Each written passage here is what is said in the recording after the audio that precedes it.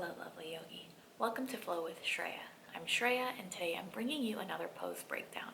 Today we'll be going over side angle pose, also known as Utitha Parsvakonasana. In today's video, I'll go over the benefits of this posture, how to get in and out of this posture, the basics and the foundations, as well as modifications and variations. So if you want to learn more about side angle pose, come flow with me. First, let's chat about some of the benefits of side angle pose. Side angle pose is a hip opener, a leg strengthener, a side opener, as well as a core strengthener. So it's a pose that has many different benefits.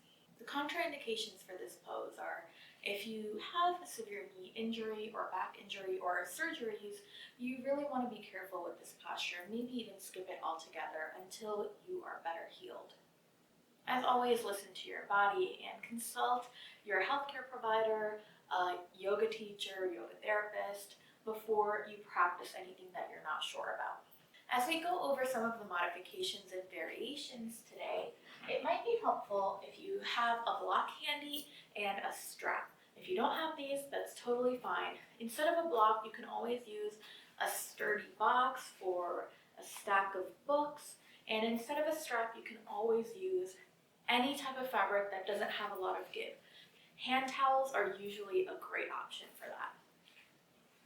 So if you have the props, grab them, put them off to the side, and we will begin. There are a few different ways to get into this posture. We'll start at the top of our mats. From standing, ground your feet down in mountain pose. Take a deep breath in, drop your jaw, and let it all go.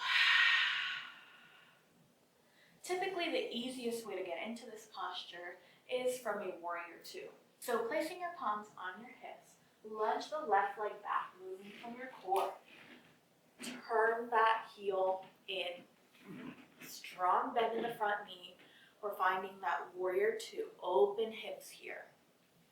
From this space, extend your arms out in that warrior two. Engage your core, make sure that your legs are very strong and open, and notice if that knee is caving in a little bit. Encourage the knee, the front knee, to point towards that front right pinky toe. Once you found your warrior two, here's where we transition into side angle pose. We'll begin with the more gentle version first. So place your right forearm on top of your right thigh, creating a bend in the left side of your body. Inhale as we extend the left fingertips up and overhead.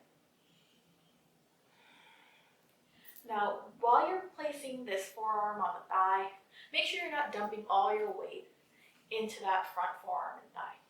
Use your core, keeping it engaged, to gently and lightly just use that thigh as some support. You should really be able to take that arm off of your thigh and still stay in this space. Deep breaths in and out. Another thing to keep in mind is a lot of times our shoulder, that top shoulder, tends to cave in a little bit and it looks a little bit more like this. What we really want is that top shoulder to stack as best as it can on top of the bottom shoulder, opening up the chest, opening up the heart, again, keeping your core engaged and feeling the entire length of the left side of your body, from your left heel all the way up to your left fingertips. You can keep your gaze on the ground, you can keep your gaze forward, or even take it up towards those fingertips if you feel balanced. As you exhale, come back up into your warrior two, straighten out the front knee, and then step forward to the top of your mat.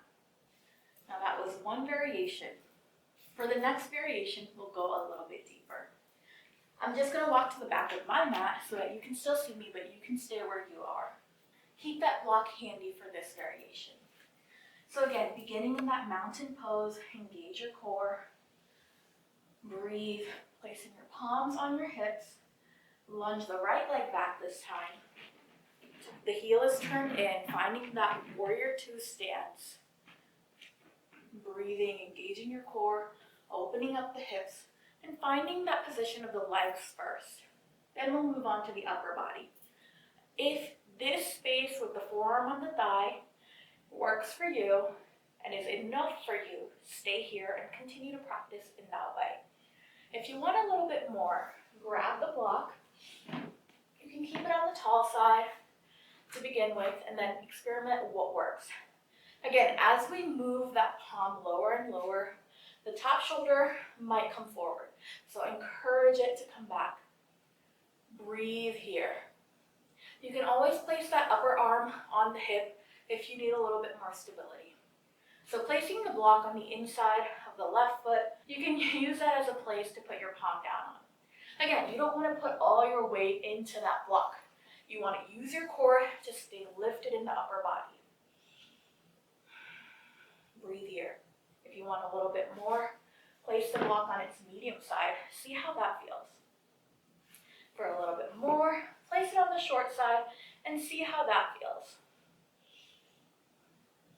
And if you want even more, move the block all together and place the palm on the inside of the left foot. Notice the stretch. As you exhale, plant both palms to frame the left foot and step forward. Forward fold. Move here or find stillness. It really takes a lot of strength in your legs to do this posture. Inhale and roll all the way up. So you might have noticed as you continue to move your palm further and further down that you find a little bit more compression in the left side of your body. And you're able to bend a little bit deeper on the right side of your body. The same is true when you do it on the opposite side. Now let's talk a little bit about working on that heart-opening top shoulder. But this time, let's get into side angle pose from our downward facing dog. So fold forward as you exhale. Inhale, lift up halfway. Exhale, plant the palms, step back to your downward facing dog. Take a breath or two here. Inhale the right leg up. Exhale, step it forward in between your palms. Find that warrior two stance in your legs. Inhale, spiral open into warrior two. Exhale, place the right forearm onto the right thigh, or all the way down, or onto your block. Again, take the variation that works for you. Now with that upper arm, you have a few different options. As I mentioned, you can extend it out for that extended side angle pose. You can keep the palm on your hip for stability, and this actually can also help you open up that upper shoulder. In fact, if you take your top arm behind your back, that's another great way to keep that upper shoulder open. Engage your core and breathe.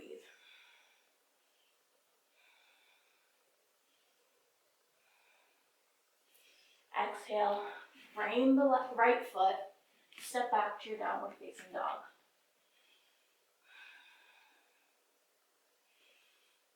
Inhale the left leg up, exhale and step it forward. Find your warrior two legs, spiral open into your warrior two.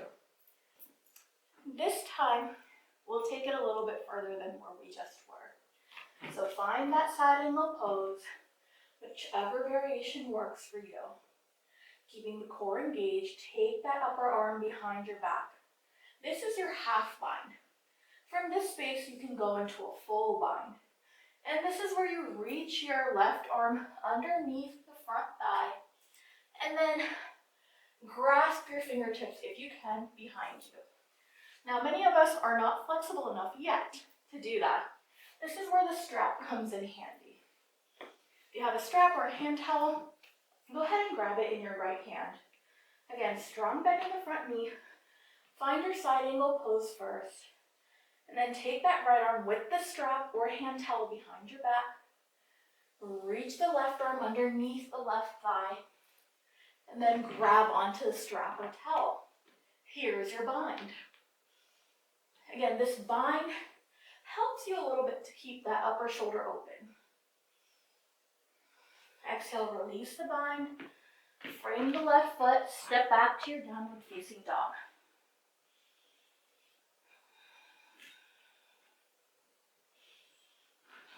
Exhale the knees down and come into a seat. Take a breath or two. It does take a lot of strength in the legs to do this posture, but it also takes a lot of strength in the core, and it helps open up the sides of the body. Finding that bind in your side angle pose is actually a great way to transition into a standing balance called Bird of Paradise. Most of the time, when you go into side angle pose, you'll be transitioning in and out using Warrior 2 as a transition. Remember, you can always just keep your forearm on your thigh or use a block if your palm can't completely flatten out next to your front foot.